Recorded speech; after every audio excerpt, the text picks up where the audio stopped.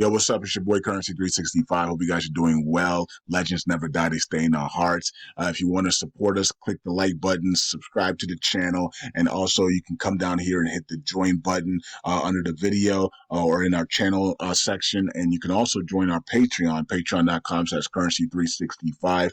And we also have Cash App and also PayPal for support if you want to sow some seeds. Peace out. God bless. Enjoy the video and keep the movement going. Legends. Bye.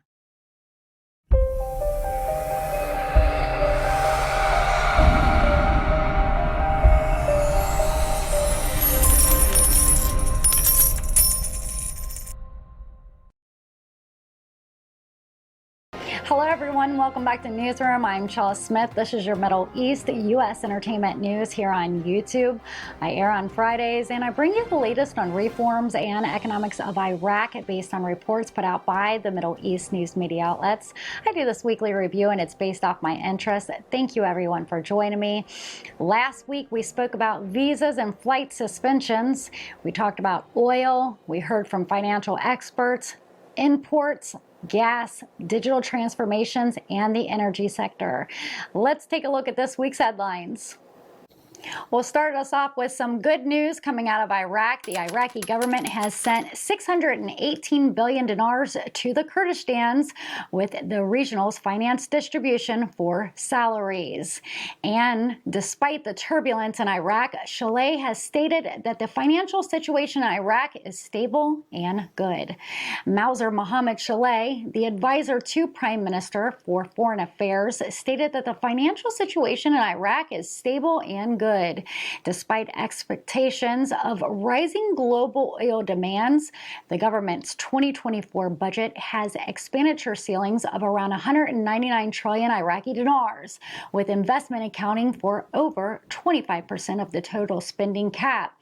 Oil exports are stable at a 3.4 million barrels per day and $70 per barrel.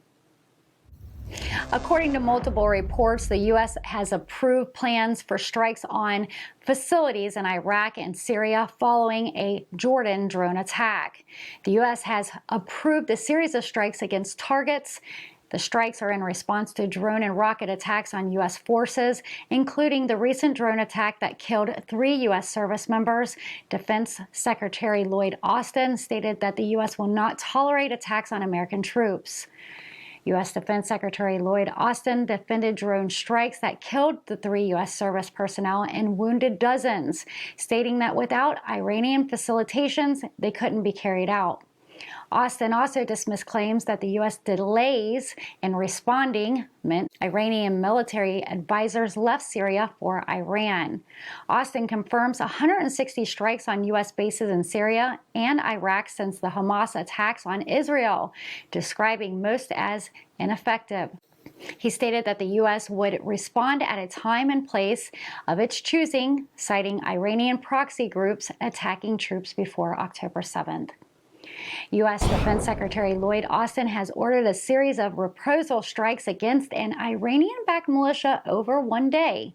Austin stated that all drones in the region attacking the U.S. were of Iranian regions. The attacks are expected to hit militia in Syria and possibly Iraq, though Austin did not specify timing or precise locations. He stressed that the U.S. was not at war with Iran and did not know if Tehran was aware of the specific drone strikes on Sunday.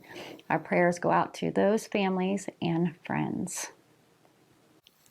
And speaking about the military, the U.S. and the Kurdistan Regional Presidency held its first Peshmerga Executive Steering Committee meeting in Erbil, assessing progress on reforms within the Kurdistan forces.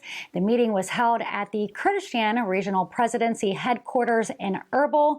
The committee reviewed progress made towards Peshmerga reforms and agreed upon milestones for the next year as part of the Shared Long-Term Committee to Unify Forces under the Ministry of Peshmerga Affairs, the MOPA, and build a professional, capable force to ensure the enduring defeat of ISIS. The Pentagon and Peshmerga Ministry looks forward to continuing advancement of reform efforts online, and in 2022, MOU, Peshmerga, the standing military of the Kurdistan's regional in Iraq, is responsible for the region's security, as the Iraqi armed forces are forbidden to enter. Their history dates back to the 18th century when they began as a tribal pseudo-military border guard. And next, the Finance Committee has proposed selling oil and other currencies in response to the U.S. sanctions. The Parliamentary Finance Committee has called for Iraqi oil to be sold in other currencies to avoid U.S. Treasury Department sanctions on Iraqi banks. The U.S. Treasury Department is imposing sanctions on Iraqi banks, citing money laundering. This would hinder the central bank's efforts to stabilize the dollar exchange rate and reducing the selling gap. The Iraqi government and the central bank should diversify their foreign currency reserves and oblige the Ministry of Oil to sell Iraqi oil in other currencies. And earlier in the week, the U.S. Treasury Department had confirmed its commitment to collaborate with the Iraqi government.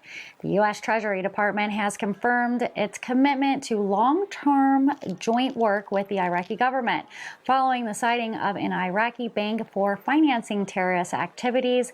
Undersecretary Brian E. Nelson visited Baghdad to discuss combating illicit financing and strengthening the Iraqi financial system. Development aims to diversify the economy by attracting domestic and international investors. The forum also discussed strategies to attract investments to Iraqi Stock Exchange, which saw a 110.4% increase in 2023. The Central Bank of Iraq's stability has attracted international investors, contributing to GDP and economic stability. And the Central Bank of Iraq plans to reinstate the financial mechanisms for Iraqi foreign trade starting March. The Central Bank of Iraq plans to restore the mechanism for financing Iraqi foreign trade starting next March. Starting March 1st, 2024 to be exact, banks must appoint an external auditor to review remittance and provide information on companies they wish to contract with. Requests to strengthen the dollar for banks with correspondent accounts with U.S. banks will be accepted at the price of $13.10. The government has made significant amendments to the 2024 budget.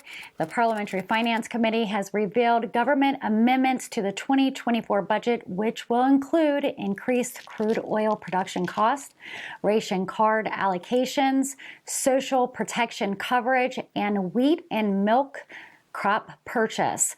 The highest budget ceiling remains 199 trillion dinars, and these amendments will be considered by the House of Representatives and approved under Parliament Dome. The changes will not affect the 78 items within the tripartite budget. And lastly, Egypt operates a trade line with Iraq and Jordan to transport goods through Europe and America. The Egyptian Ministry of Transport has launched the first phase of Arab integrated multi-modal logistic trade lines between Egypt, Jordan, and Iraq. Al Fardan Railway is being constructed to increase the volume of goods targeted from transports from the Gulf, Iraq, Jordan, and Jordan to Europe and America. The line is the fastest, least expensive, and the easiest in productions and opportunities, contributing to the links between Jordan, Iraq, and the Gulf countries. Well, I made it through it. You've been watching Newsroom Weekly Review. I'm Chella Smith with your Middle East U.S. entertainment news here on reforms and economics of Iraq. Jeez, that was difficult. Bringing you the latest Dinar news without having to keep up with all the different outlets. I'm here on YouTube every Friday, so don't forget to subscribe and turn those notification bells on. If you like my content, give me a thumbs up. If you really like my content, you can always seed a super chat or a super thanks in the comment section below.